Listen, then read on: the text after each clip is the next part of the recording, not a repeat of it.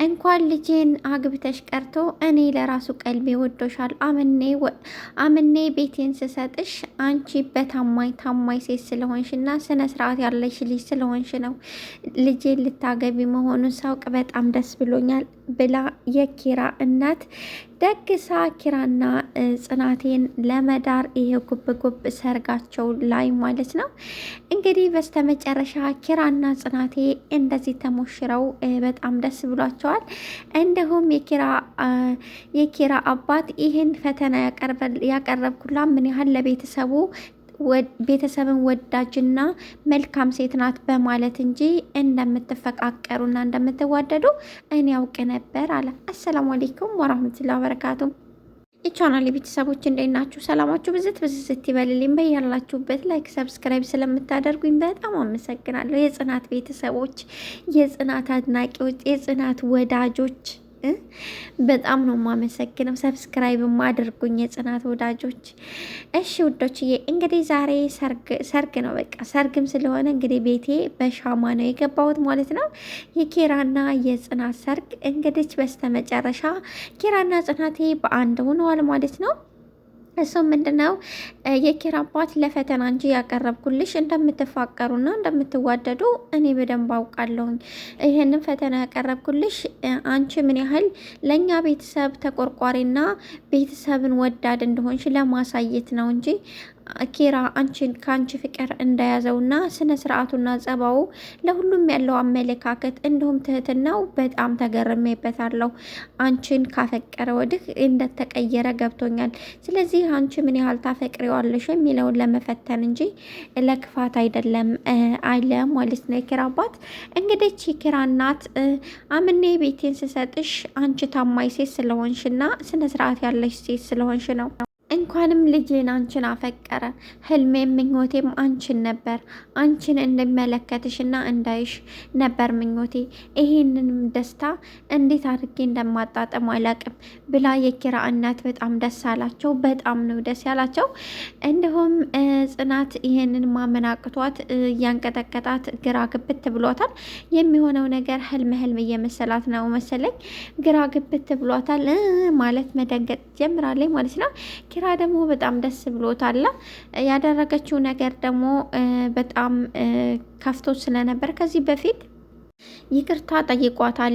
እኔ ይሄንን ሁላ ብቻሽን መጋፈጥሽን ባቅ ኖሮ አብሬሽ ከጎንሽ መሆን ይችል ነበር። ነገር ግን ብቻሽን እንድትጋፈጪ ይሄንን ሁላ ያደረኩት እኔ ነኝ ጥፋተኛው። ስለ ሁሉም ነገር በጣም ይቅርታ ሲላት፣ በፍጹም አንተ ይቅርታ እንድትጠይቀኝ አልፈልግም፣ ምንም ያጠፋውም ነገር የለም ብላ እቅፍ አደረገችው ማለት ነው።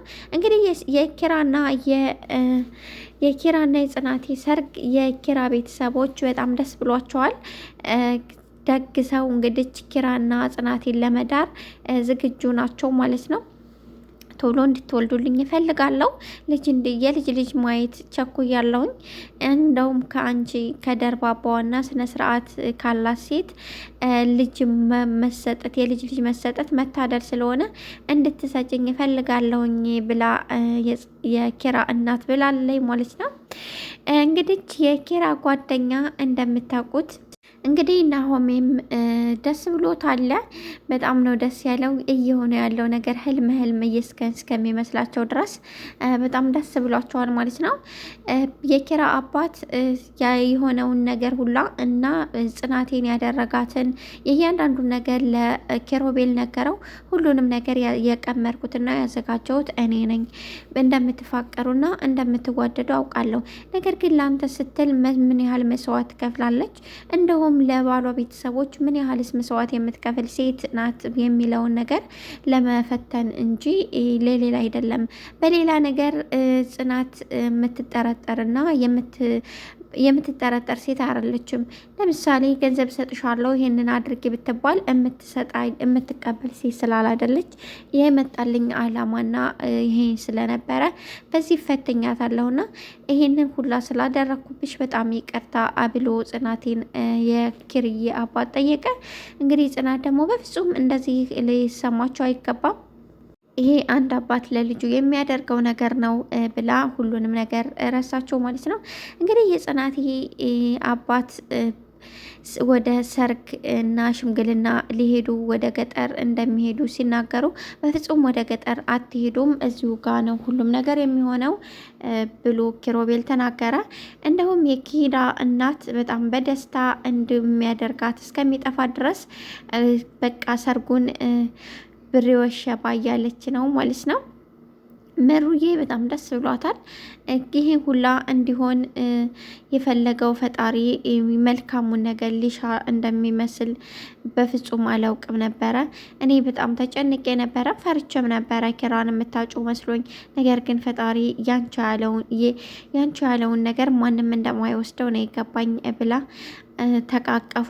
እንኳን ደስ አለሽ አለቻት ጽናቴን ማለት ነው። ምሩ በጣም ተቃፈው ተላቀሱ። በጣም ደስ ብሏቸዋል ማለት ነው። እንግዲህ ማሂና ኪራ እየተሳሳቁ መጡ።